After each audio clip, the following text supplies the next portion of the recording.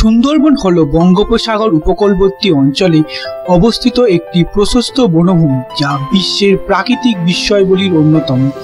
পদ্মা, মেঘনা ও ব্রহ্মপুত্র নদীত্রয়ের অববাহিকার বদ্বীপ এলাকায় অবস্থিত এই অপরূপ বনভূমি ভারতের পশ্চিমবঙ্গ রাজ্যের দুই জেলা, উত্তর 24 পরগনা ও দক্ষিণ 24 পরগনা এবং বাংলাদেশের খুলনা, সাতক্ষীরা, বাগেরহাট জেলার কিছু অংশ জুড়ে বিস্তৃত। সমুদ্র উপকূলবর্তী নোনা পরিবেশের সবচেয়ে বড় ম্যানগ্রোভ অরণ্য হিসেবে সুন্দরবন বিশ্বের সর্ববৃহৎ অখণ্ড বনভূমি। প্রায় 10,000 বর্গ কিলোমিটারের বেশি জায়গা জুড়ে গড়ে ওঠা এই সুন্দরবনের 66% বাংলাদেশের এবং বাকি 34% মানে 4,260 বর্গ কিলোমিটার রয়েছে ভারতের মধ্যে। ভারতীয় সুন্দরবন 1987 খ্রিস্টাব্দে ইউনেস্কো ওয়ার্ল্ড হেরিটেজ সাইট হিসেবে স্বীকৃতি লাভ করে। সুন্দরবন শুধু তার প্রাকৃতিক সৌন্দর্যের জন্যই নয়, বরং এখানে বাস করা বিভিন্ন প্রাণীর জন্য বিখ্যাত। এখানে রয়েছে রয়্যাল বেঙ্গল টাইগার, যা এই অঞ্চলের সবচেয়ে পরিচিত বাসিন্দা। এছাড়াও রয়েছে কুমির, হাঙর, হরিণ, বানর, সজারু, শেয়াল, নানা ধরনের পাখি, মৌমাছি ও বনমোহন। সুন্দরবনের প্রধান বনজ বৈচিত্র্যের মধ্যে রয়েছে প্রচুর পরিমাণে সুন্দরী, গেওয়া, ঝামটি, গড়ান এবং কেওড়া জাতীয় ম্যানগ্রোভ গাছ। 1903 সালের প্রকাশিত প্রেইনের হিসেব মতে সর্বমোট 245টি শ্রেণী এবং 364 প্রজাতির উদ্ভিদ রয়েছে এই সুন্দরবনে। প্রকৃতি ও জীববৈচিত্র্যের এক অনন্য মিলন দেখতে আর প্রকৃতিকে উপলব্ধ করতে আজ আমরা চলেছি সুন্দরবন। সুন্দরবন যাওয়া যায় সড়ক ও রেলপথে, তবে আমরা গিয়েছিলাম রেলপথে। শিয়ালদা থেকে সকাল 9টা 10 মিনিটের ক্যানিং লোকাল ধরলাম, সোনারপুর থেকে 9টা 40 মিনিট। শিয়ালদা থেকে ক্যানিং এর দূরত্ব প্রায় 45 কিলোমিটার আর যেতে সময় লাগে 1 ঘন্টা 15 মিনিট। আর সোনারপুর থেকে 29 কিলোমিটার, যেতে সময় লাগে 40 মিনিট। আমি সকালের দিকে যে ট্রেনগুলি ক্যানিং যায় তার সময়সূচি ডেসক্রিপশন বক্সে দিয়ে দিলাম।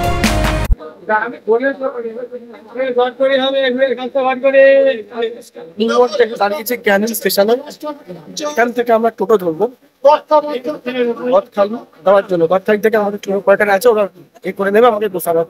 এবার ক্যানিং থেকে বাস বা ম্যাজিক গাড়ি চড়ে গদখালি পৌঁছে যেতে পারবে। ক্যানিং থেকে গদখালির দূরত্ব 30 কিলোমিটার, যেতে সময় লাগে 50 মিনিট।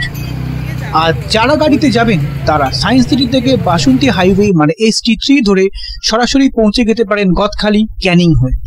এর দূরত্ব 80 কিলোমিটার আর যেতে সময় লাগে 2 ঘন্টা। গদখালি থেকে আপনাদের ট্যুর এজেন্সি বোটে করে গোসাবা বা যে কোনো দ্বীপে নিয়ে যান। তবে যারা কলকাতা থেকে গাড়িতে যেতে চান তাদের গাড়ি করে নিয়ে যাওয়ার ব্যবস্থা আছে প্রায় সব ট্যুর এজেন্সি।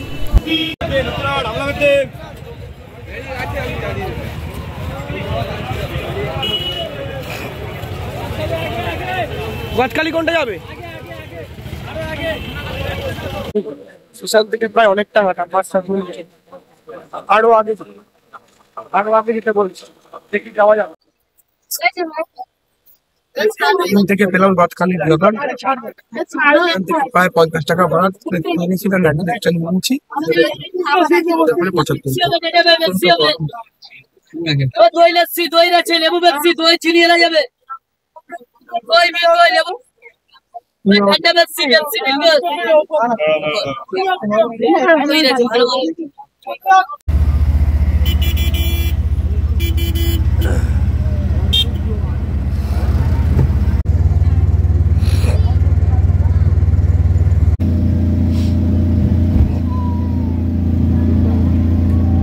গদখালি পৌঁছে আমাদের ট্যুর এজেন্সি সুন্দরবন ইকো ট্যুরিজমের বোটে করে আমাদের সুন্দরবন ভ্রমণের যাত্রা শুরু করলাম। সুন্দরবন ইকো ট্যুরিজমের সাহায্যে আমরা ভালোভাবে সুন্দরবন ট্যুর করতে পেরেছিলাম। এদের গাইড ও আতিথেয়তা অনবদ্য। সুন্দরবন ইকো ট্যুরিজমের সাহায্যে আপনারা সুন্দরবন ঘোরার প্ল্যান করতেই পারেন। তাই এদের যোগাযোগের ফোন নম্বর ও ঠিকানা আমি ডেসক্রিপশন বক্সে দিয়ে দিলাম।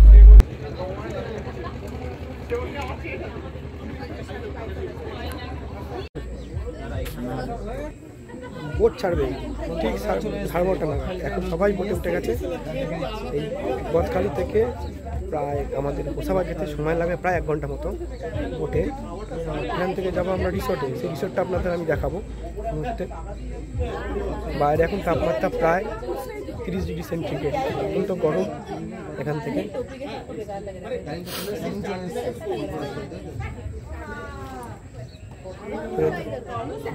তো কেউ বলছে এটা গঙ্গা, কেউ বলছে সমুদ্র, জানি না আমি কি সেটাই গলার অবস্থা খুবই খারাপ। দুদিন ধরে বেশ ঠান্ডা বা সর্দি কাশি রয়েছে। বিদেশিরাও এখানে এসেছে। এই সুন্দরবনে অনেক বিদেশিও আসে। বোট এখন ছেড়ে দিল।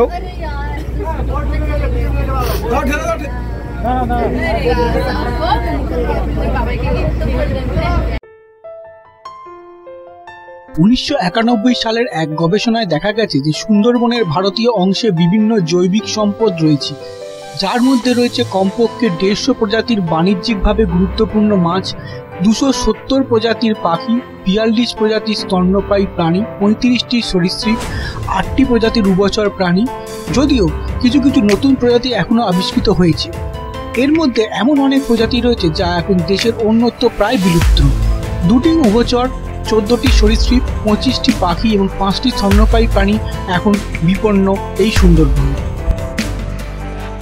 সুন্দরবনের প্রধান আকর্ষণ হচ্ছে বাঘ, কিন্তু এই বাঘও প্রায় বিলুপ্তপ্রায় বা IUCN এর একজন রেড লিস্টের অন্তর্গত। শেষ বাঘ শুমারি অনুযায়ী ভারতীয় অংশে বাঘ রয়েছে 106টি এবং বাংলাদেশ অঞ্চলে রয়েছে 141টি।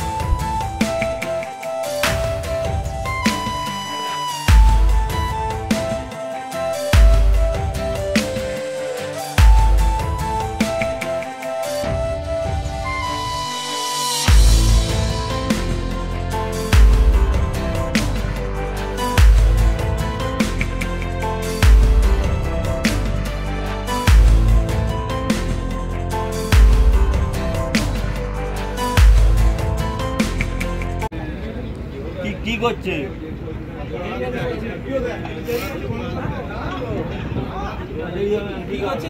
ওয়েলকাম ড্রিঙ্কস মানে মাজা। সুন্দরবনে হাওয়া মাজা, সুন্দরবনে হাওয়া খেতে মনটা হয়ে গেলে তখন তাই যাবে। প্রথমেই বোট ছাড়ার পর বোটের গাইড আমাদের সুন্দরবন সম্বন্ধে কিছু বলতে লাগলেন, আর বলতে লাগলেন সুন্দরবনের আশপাশের জনজীবনের পরিস্থিতি এবং জায়গা সম্বন্ধে।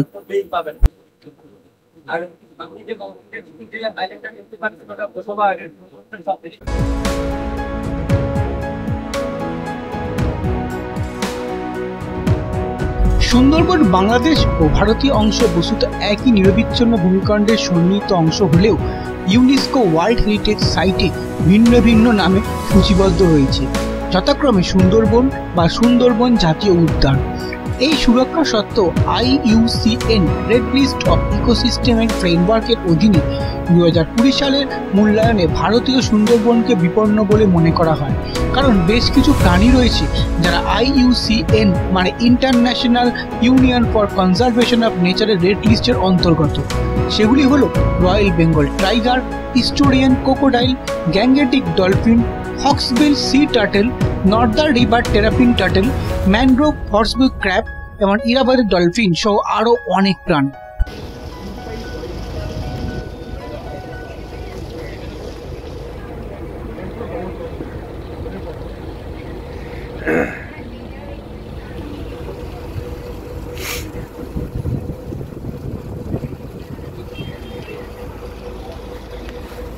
দেখতে দেখতে লাঞ্চের সময় আমাদের হয়ে গেল।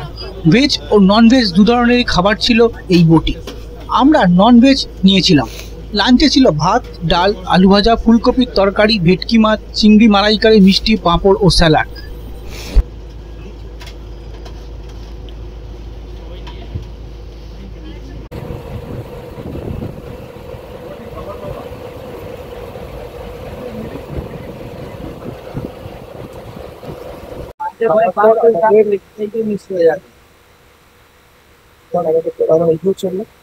সামনে আসতেছে সম্ভব বাঘ হয়তো বাঘ দেখা যাবে, বাঘ থাকে সেটা আপনার কথা।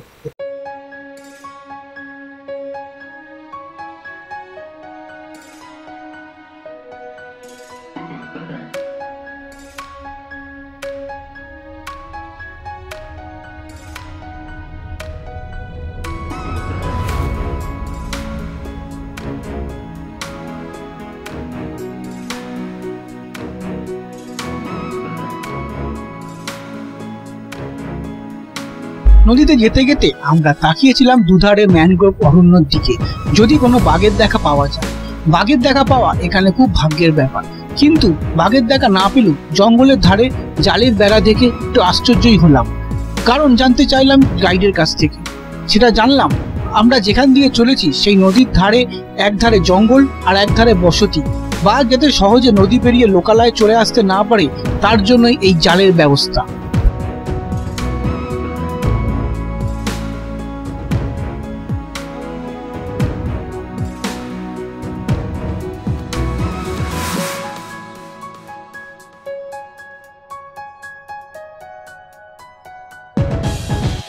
সুন্দরবনের প্রধান গাছপালার মধ্যে অন্যতম সুন্দরী, গেওয়া, গড়ান, পশুর, বাইন, হেতাল, গোলপাতা, খামু, লতা সুন্দরী, কেওড়া ইত্যাদি। কিন্তু সুন্দরবনের নামের সমার্থক হিসেবে যে গাছটি জড়িয়ে আছে সেটি সুন্দরী গাছ। সুন্দরবনের ম্যানগ্রোভ গাছগুলি পরিবেশের জন্য অত্যন্ত গুরুত্বপূর্ণ। এগুলো সমুদ্রের জলোচ্ছ্বাস থেকে উপকূলকে রক্ষা করে এবং স্থানীয় বাসিন্দাদের জীবিকা নির্বাহে সহায়তা করে। স্থানীয় মানুষজন এখানে মাছ ধরা, মধু সংগ্রহ এবং অন্যান্য প্রাকৃতিক সম্পদ ব্যবহার করে তাদের জীবনযাপন করে। সুন্দরবন তাদের জন্য একটি জীবিকা ও সংস্কৃতির অংশ।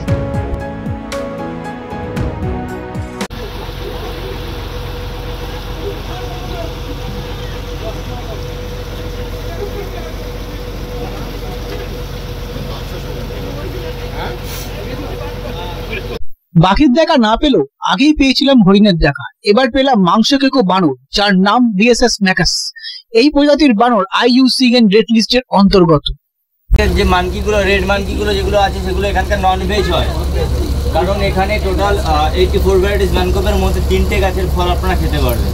সেটা হচ্ছে কি গোলপাতা আর কেওড়া, আর ওটা হচ্ছে খেজুর গাছের মতন হয়, খেজুরের মতন।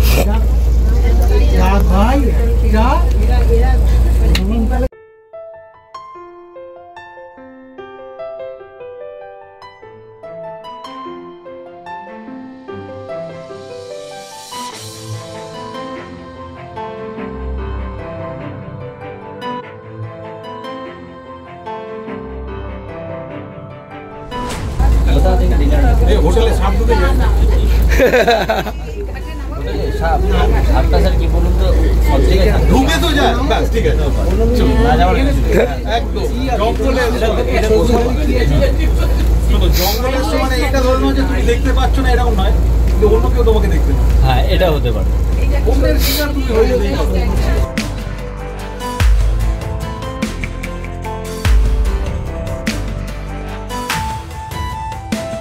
বোট থেকে দেখতে পেলাম সজনেকালী বন্যপ্রাণী অভয়ারণ্য, যেখানে আমরা পরের দিন গিয়েছিলাম কিছু IUCN রেড লিস্ট অন্তর্গত কিছু বিপন্ন প্রাণীকে দেখতে, যা নিয়ে আমি পরের ভিডিওতে আসবো।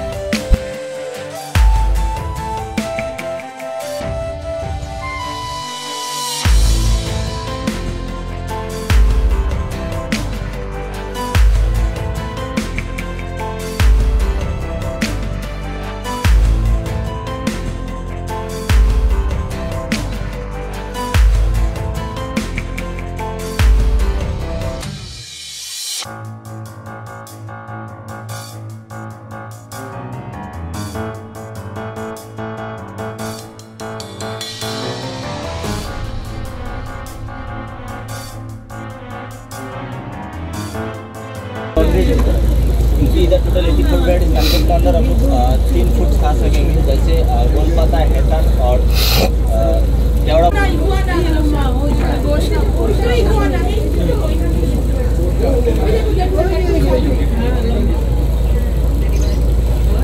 रास्ते पर water metal lizard water metal lizard देखिए, वो मगरमच्छ जैसे चल रहा है। मेटल लिजर्ड है आगे, मॉनिटर लिजर्ड है आगे, देखिए वो देखिए मगरमच्छ जैसे चल रहा है। ওই দেখুন কুমিরের মতন যেটা হাঁটছে, দেখুন ওটা ওয়াটার মনিটর লিজর্ড আছে, ওটাও খুব বিষাক্ত হয়। ওটা টোটাল ওটা 3 রকমের আছে। ওটা টোটাল ওই যে মনিটর লিজর্ড আছে ওটা 3 রকমের হয়, এটা নোনা করে, এটা খুব বিষাক্ত হয়।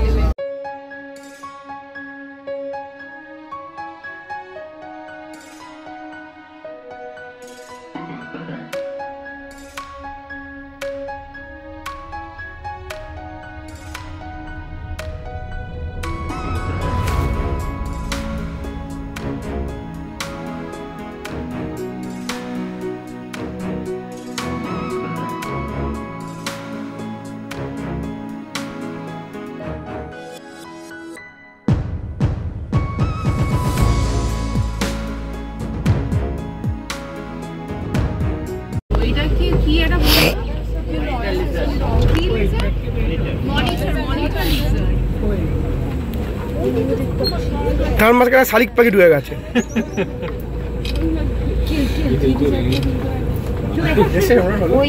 গোসাপ আমি খানা অনেকটা না, কিন্তু গোসাপগুলো অনেকটা মোটা হয়, একটু সরু আছে না এটা মানে খুব একটা খাওয়া দাওয়া করেনি বলে গোসাপটা এটা ছোট ছোটটা না বাচ্চা, এগুলো বড় হয় কিন্তু অনেক। না না এগুলো বেশি বড় হয় না, এগুলো মিডিয়াম সাইজের হয়, যেগুলো 3 রকম হয়। একটা মিষ্টি জল এটা গোসাপের মতোই তো দেখতে। হ্যাঁ, না ওটা না, গোসাপ আর সরু, গোসাপ মোটা হয় একটু। গোসাপ একটু মোটা হবে আর একটু হলদে হলদে কালারটা হবে হ্যাঁ। বেশি। এই সাপের মতো জিভ বার করছে আবার। সুন্দরবনে প্রাণী বিপন্ন হওয়ার প্রধান কারণগুলি হল বনভূমি হ্রাস, জলবায়ু পরিবর্তন, অবৈধ শিকার এবং মানুষের কার্যকলাপের ফলে সৃষ্ট পরিবেশগত পরিবর্তন। সুন্দরবনের বনভূমি কমে যাওয়ায় প্রাণীদের আবাসস্থল ও খাদ্য শৃঙ্খল ক্ষতিগ্রস্ত হচ্ছে।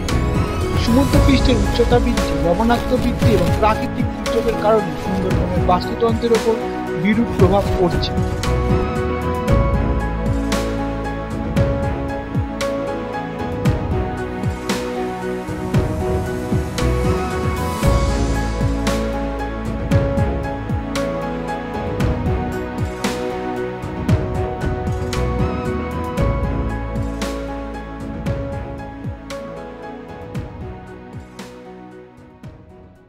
খেয়ে নিয়ে চলে যায় না, সেই জায়গায় দাঁড়িয়ে হয়ে যায় যখন 9 জন একটা মধু সংগ্রহ করতে গেলে 9 জন 7 জন 5 জন মানে একটা টিম করতে হয়, একজন বেশি নিয়ে যেতে হয়। সেই জায়গায় দাঁড়িয়ে কি হচ্ছে, দুটো টিম হয়ে যায় 4 জন করে। যখন একটা কারোর উপর অ্যাটাক করে সেই 4 জন আরও 3 জন মানুষটাকে ছাড়ানোর চেষ্টা করে আগের কাজ। যদি ছাড়িয়ে আনতে পারে সে অল্প কিছু যেটুকু যদি আনতে পারে না, এত নয় ছেড়ে চলে আসতে, এটাই হয়। আমি যেসব ডেড বডি দেখেছি মানে অন্য কেউ দেখলে আলাদা রকম, মানে হার্টফেল হয়ে যাবে এরকম ডেড বডি দেখেছি। মানে এখন এখানে সংখ্যা কিরকম? প্রচুর মোটামুটি এখন এডাল আছে 120টা মতো, তারপর তো বাচ্চা টাচ্চা।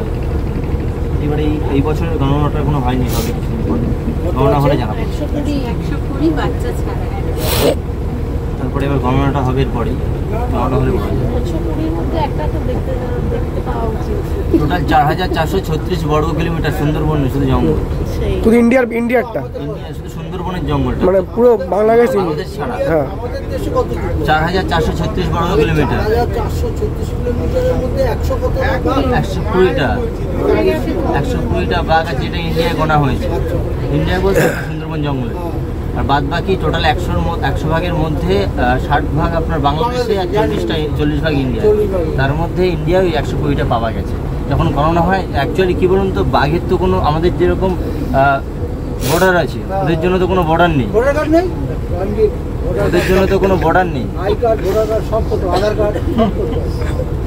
এই কারণে আপনার হচ্ছে কিছু ওখানেও চলে যেতে পারে, এখানেও আসতে পারে। এবার আমরা কি একটু জোরে যাচ্ছি? রায়মঙ্গল বলে একটা নদী আছে, সেই নদীটা আমাদের এই বোর্ড নিয়ে ক্রস করতে দেয় না। ও আচ্ছা আচ্ছা, না এটা বেশি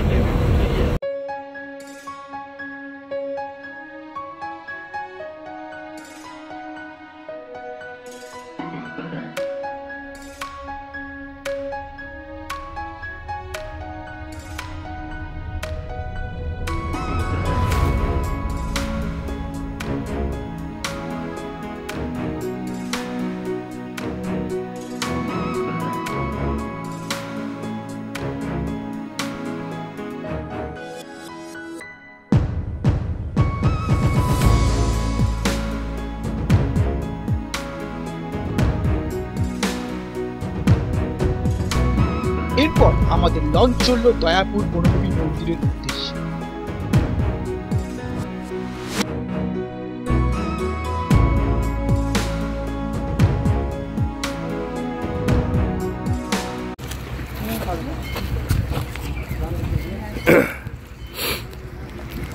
আমরা এই মুহূর্তে চলে এসেছি বনভূমি মন্দিরের দিকে, ওয়াক্সপোল ঘাটে।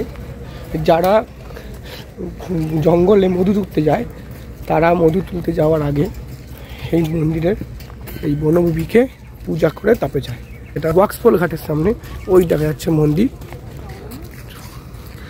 মন্দিরের দিকে।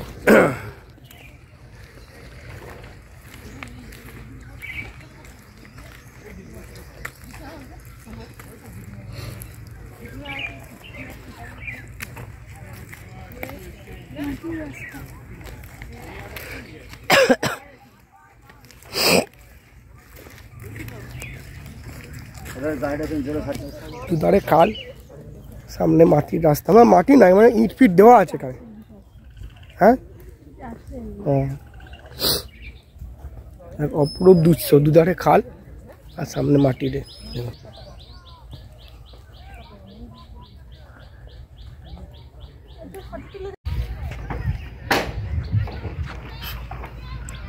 সুন্দর সানসেট হবে একটু পরে।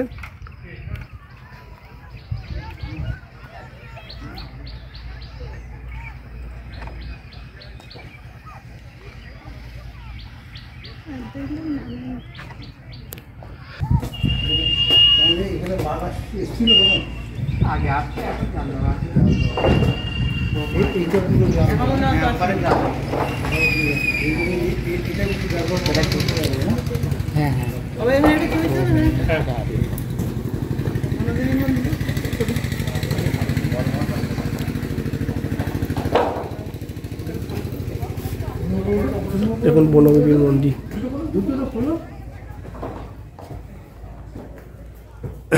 জুতো পরে আছি, এখানে হনুমানজি।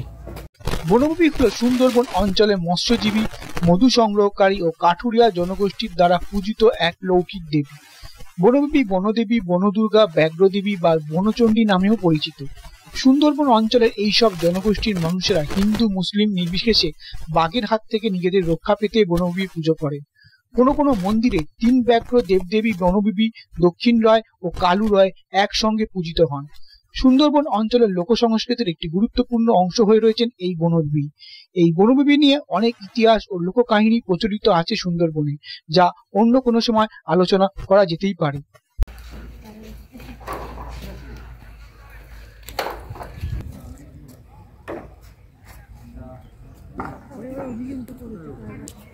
এই বনভূমি মন্দিরে শুধু হিন্দুরা নয়, মুসলিম খ্রিস্টান যে কেউ এসে পূজা করতে পারে, মানে সর্ব ধর্মের সম্মিলন হচ্ছে বনভূমি মন্দির।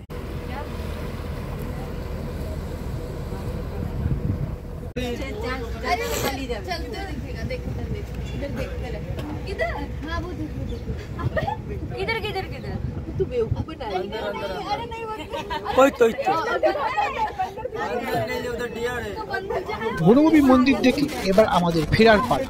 ফেরার পথে দেখা মিলল আবার ওই দেখুন, ওই যে হাঁটছে, দেখুন ওই যে, ওই দেখুন ওই যে, ওই দেখুন হাঁটছে, দেখতে পেয়েছেন? ওই লেজ নাড়াচ্ছে আর হাঁটছে, দেখুন।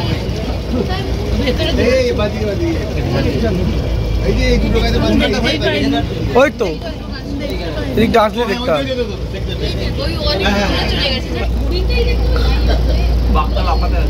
বাঘটা লাফালে বুঝতে পারবে যে কোনখানটা ওই যে হরিণ, ওই এবার তো ওই সোজাসুজি দেখ, ওই দেখতে হবে হরিণটা, ওই যে গাছের পান দিয়ে। ক্যামেরা হয়তো ভালো করে আসবে না, চেষ্টা করেছিলাম জুম করার।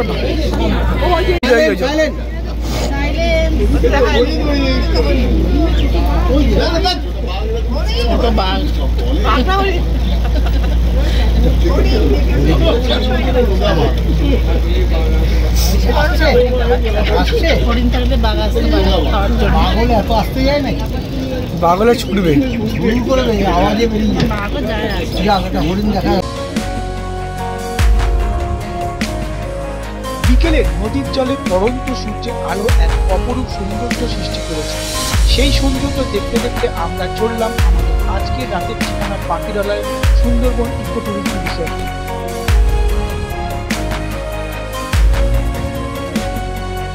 আজকের মতো এই ভিডিও এখানেই শেষ করলাম। পরের ভিডিওগুলোতে দেখাবো সুন্দরবন ইকো ট্যুরিজম রিসর্ট ও পরের আরো গভীর জঙ্গলের সাফারি।